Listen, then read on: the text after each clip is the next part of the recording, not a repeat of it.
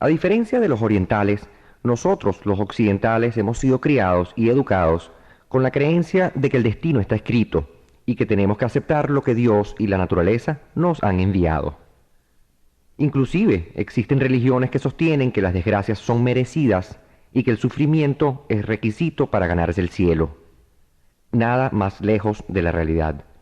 Cada uno de nosotros es responsable de su destino, de las circunstancias en nuestras vidas y de la creación de nuestro futuro. Ejemplos abundan a diario. Qué desgracia la de fulano de tal que se murió de cáncer y dejó una mujer y 5 hijos. Qué injusta es la vida. ¿Cómo le pasa eso a un hombre tan bueno y a esa familia tan bonita? O el que pasa 20 años trabajando en el mismo lugar, en una compañía que no le gusta, con un trabajo que no le satisface y no lo disfruta, y admite que la vida es dura, que tiene más de 20 años ganando un sueldo que apenas le alcanza para suplir las necesidades básicas, que no logra ofrecerle a sus seres queridos ciertas satisfacciones y un nivel de vida que otra gente sí puede. Llega un momento que este señor está absolutamente condicionado por la sociedad a creer que él no tiene poder sobre su destino, más aun cuando a su alrededor tiene otras familias en las mismas condiciones. Lo considera natural, el destino que le tocó. ¿Dónde estuvo el problema de este señor? Que nunca se convenció que él tenía el poder para cambiar esa realidad que estaba viviendo. No fue culpa de él. Él simplemente no tuvo las herramientas ni la información necesaria para poder tomar acción. Todos tenemos un juego de creencias acerca de la realidad que hemos venido acumulando desde que éramos niños. Nuestros padres, la escuela, los medios de comunicación, los amigos, la ciencia. Todas estas fuentes de información nos han brindado muchas cosas positivas. Sin embargo, nos han inculcado mucha información equivocada. No a propósito ni con mala intención, sino que hemos sido víctimas de la falta de información certera, víctimas de una benigna ignorancia colectiva acerca de muchos aspectos de la realidad. Una de las creencias más inculcadas que tenemos los occidentales es aquella que tiene que ver con no tener influencia y mucho menos control sobre el mundo exterior, sobre los eventos que suceden en nuestras vidas. Nos hemos visto como entes separados del resto del mundo. Las cosas nos pasan a nosotros. Creemos fuertemente en la suerte, que las cosas suceden aleatoriamente. Creemos en la casualidad. Para nosotros es mucho más fácil identificar nuestras creencias acerca de nuestras inclinaciones políticas, nuestras inclinaciones religiosas, que identificar nuestras creencias acerca de quiénes somos nosotros, qué podemos lograr en la vida y en qué personas nos podemos convertir. Por ejemplo, 2 hermanos jóvenes, a quienes se les muere su padre, reaccionan de maneras muy distintas. Uno sufre desconsoladamente porque siente que el sostén de la familia se ha ido y que el futuro se ve negro y duro, sintiéndose que no tiene capacidad ni fuerzas para enfrentar el futuro. El otro, si bien sufre la muerte de su querido padre también, considera el evento como un verdadero reto a su capacidad para salir a trabajar duro y para poder proveer y contribuir al sustento de su familia.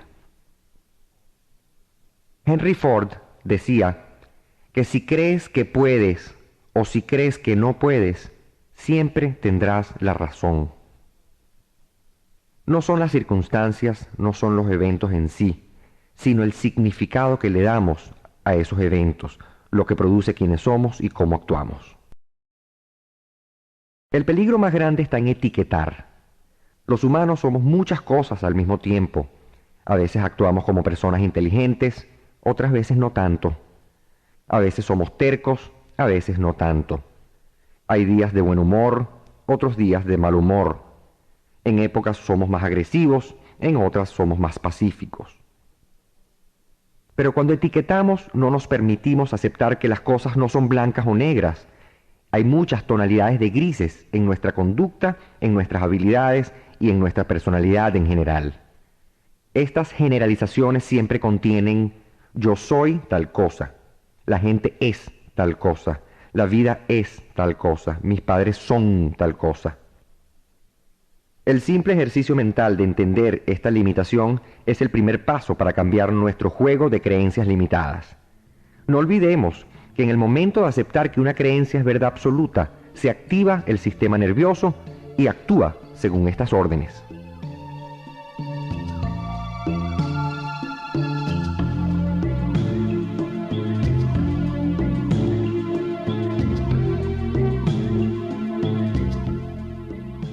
Estamos viviendo en una civilización occidental en la cual han predominado los sistemas de pensamientos del siglo XVII, donde se le quiso dar una explicación física y mecánica medible y cuantificable al universo y a la vida. Todavía a fines del siglo XX seguimos atados a dos grandes paradigmas: la visión cartesiana del mundo de René Descartes y los principios de la física mecánica de Isaac Newton. Entre los años 1500 y 1700 sucedió un cambio dramático en la manera en la cual era percibido el mundo y en la forma de pensar del ser humano medieval. Esta nueva mentalidad y la nueva forma de percibir el universo le dieron a la civilización occidental los rasgos que son característicos de la era moderna. Esta mentalidad y percepción sentaron las bases del paradigma que ha dominado nuestra cultura durante los últimos 300 o 400 años.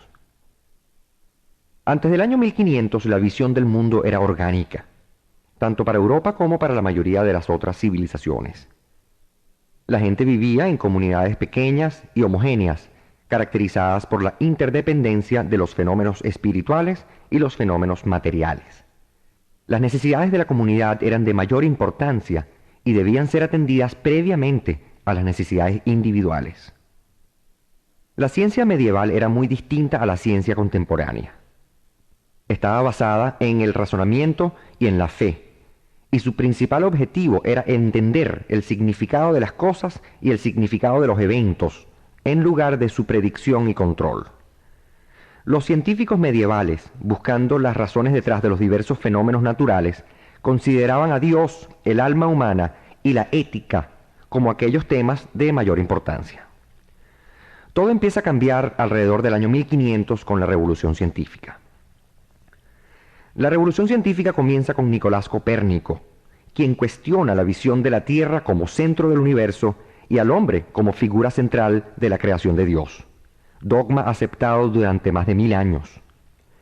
Copérnico, consciente de que su nueva teoría ofendería profundamente la conciencia religiosa de su época, esperó hasta el año 1543, año de su muerte, para la publicación de su nueva teoría. Pero el verdadero cambio en la opinión científica de la época vino con Galileo Galilei. Mediante el recién inventado telescopio y su extraordinario talento para la observación científica, Galileo logra desacreditar la vieja forma de ver el cosmos y establece la hipótesis de Copérnico como teoría científica válida.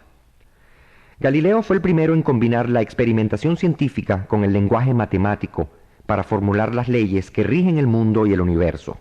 Por esa razón es considerado el padre de la ciencia moderna. Para que los científicos pudieran describir matemáticamente a la naturaleza, Galileo postuló que sólo se estudiaran las propiedades esenciales de los cuerpos materiales: forma, número y movimiento, que podían ser medibles y cuantificables.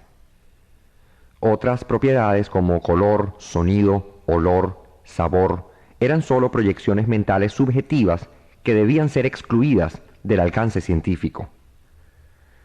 La estrategia de Galileo de dirigir la atención científica solo hacia las propiedades cuantificables de la materia ha sido muy popular a lo largo de la ciencia moderna.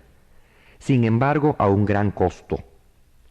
La ciencia ha dejado de un lado la vista, el sonido, el sabor, el tacto, el olfato, y junto a esto, la estética, la sensibilidad ética, los valores, la calidad, los sentimientos, los motivos, las intenciones, el alma, la conciencia humana y el espíritu. La experiencia como tal ha sido apartada del discurso científico. Casi nada ha cambiado tanto nuestro mundo durante los últimos 400 años como la obsesión de los científicos con la medición y la cuantificación. Si bien los avances científicos de Copérnico y de Galileo ofrecieron una visión más realista al descubrir que la Tierra no era el centro del universo y que probablemente el humano no era el centro de la creación, sin embargo, junto a esos avances vino una obsesión por medir y por cuantificar. El método científico ha servido de mucho. Sin embargo, ha tenido que ir descartando lo no medible como los sentimientos, las emociones, el pensamiento y las energías más sutiles de los humanos y la naturaleza, para poder sustentar sus experimentos y sobrevivir como el método para describir la realidad. Este profundo cambio en la visión del mundo fue consolidado por dos grandes figuras del pensamiento, René Descartes e Isaac Newton. René Descartes es considerado como el padre de la filosofía moderna. Era un brillante matemático y su visión filosófica fue influida profundamente por la nueva física y la astronomía que descubrían Copérnico y Galileo. Descartes no aceptó ningún conocimiento tradicional, sino que intentó el desarrollo de todo un nuevo sistema de pensamiento. Una revolución conceptual de esta envergadura no sucedía desde Aristóteles, y fue un signo de renovada confianza en Europa, resultado de los nuevos avances de la ciencia. La vocación científica de Descartes se centró en distinguir la verdad del error en todas las áreas de aprendizaje. Descartes mantenía que todas las ciencias eran totalmente certeras y rechazaba todo conocimiento que fuera solo probable. Consideraba cierto solo aquello que podía ser conocido a la perfección, donde no existiera duda alguna. Aquí Descartes muestra la limitación de su nueva filosofía. La física del siglo XX ha demostrado que no hay verdades absolutas en la ciencia, que todos nuestros conceptos y teorías son limitadas y aproximadas. Mucha gente de nuestra sociedad tiene una arraigada convicción en el método científico como la única vía válida para comprender la naturaleza. El método de Descartes y su visión personal de la naturaleza ha influido profundamente en todas las ramas de la ciencia moderna, siendo todavía muy útil hoy solo si se reconocen sus limitaciones. Sin embargo, la mayoría de la comunidad científica de los últimos 300 años ha adoptado la metodología de Descartes como la única vía para reconocer la verdad absoluta. Descartes estaba tan convencido y obsesionado con su nuevo método que no admitía ninguna verdad que no fuera deducida con la claridad de una demostración matemática, ya que todo fenómeno natural podía ser explicado de esta forma. Él creía que nuevos principios de la física no debían ser admitidos ni deseados. Para Descartes el universo material era una máquina, y solo una máquina. Para él no había propósito, vida o espiritualidad en la materia. La naturaleza funcionaba de acuerdo a leyes mecánicas, y todo cuanto sucedía en el mundo material podía ser explicado en términos de la distribución y el movimiento de sus partes integrantes. Esta visión mecánica de la naturaleza se convirtió en el principal paradigma de la ciencia y dirigió la observación científica y la formación de todas las teorías de los fenómenos naturales hasta que la física del siglo XX descubre una nueva realidad. En su intento por construir una ciencia natural completa, Descartes extendió su idea mecánica de la materia a los organismos vivientes. Plantas y animales también eran consideradas sencillamente como máquinas. Los seres humanos eran habitados por un alma racional que se conectaba con el cuerpo por la glándula pineal en el centro del cerebro. No había diferencia entre el cuerpo humano y el animal máquina. Descartes explicó con lujo de detalles cómo los movimientos y funciones del cuerpo podían ser reducidos a operaciones mecánicas, y así comprobar que los organismos vivientes eran autómatas. Las consecuencias adversas de esta visión mecánica ha sido aparente especialmente en la medicina, donde haber tratado el cuerpo como la máquina de un reloj ha impedido a los doctores entender las principales enfermedades de hoy en día. Quien vivió más profundamente el sueño cartesiano y completó la revolución científica fue Isaac Newton, nacido en Inglaterra en 1642, año de la muerte de Galileo. Newton desarrolla una fórmula matemática completa de la visión mecánica de la naturaleza, logrando una gran síntesis de los trabajos de Copérnico, Galileo y Descartes.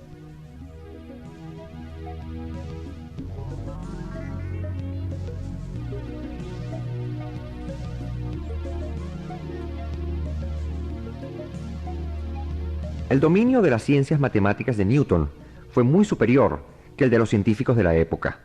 Inventó un método totalmente nuevo, llamado hoy cálculo diferencial, para describir el movimiento de los cuerpos sólidos.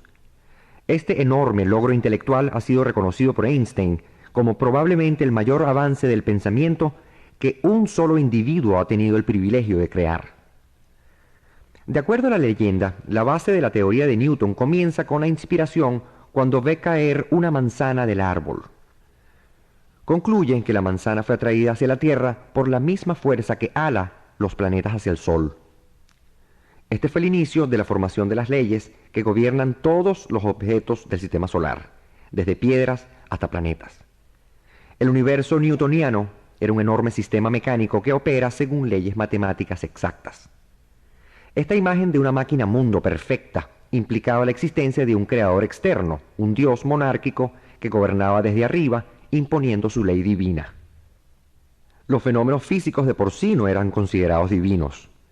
Cuando la ciencia hace cada vez más difícil creer en tal Dios, la divinidad desaparece completamente de lo científico, dejando un vacío espiritual característico de nuestra cultura. Durante los siglos XVIII y XIX se utilizó la mecánica newtoniana con gran éxito. La teoría de Newton se pudo aplicar en el movimiento de planetas, satélites, cometas, hasta el más ínfimo detalle, así como para otros fenómenos relacionados con la gravedad.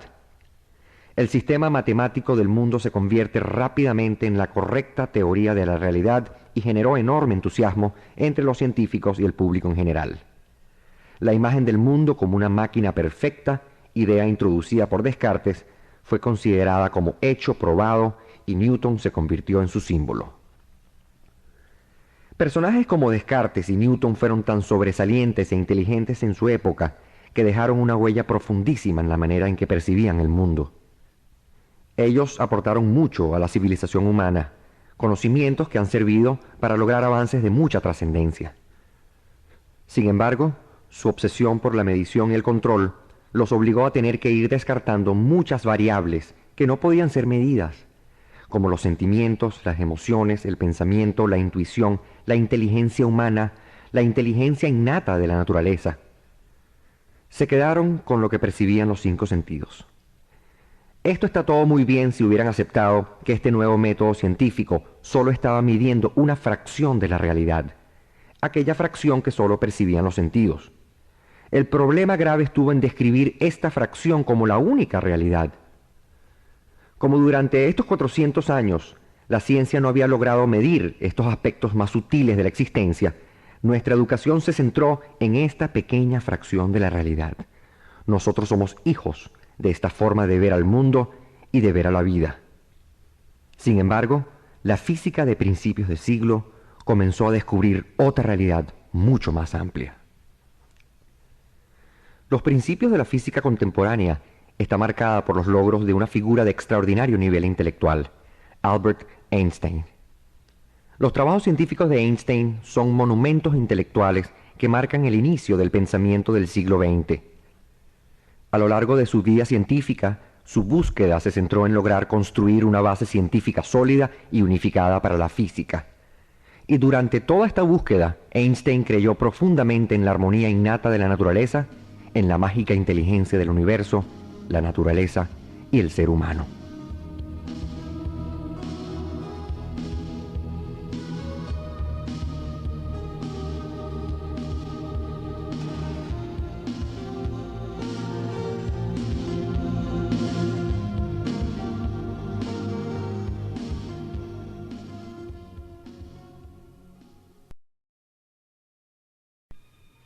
Este es el final del lado 2.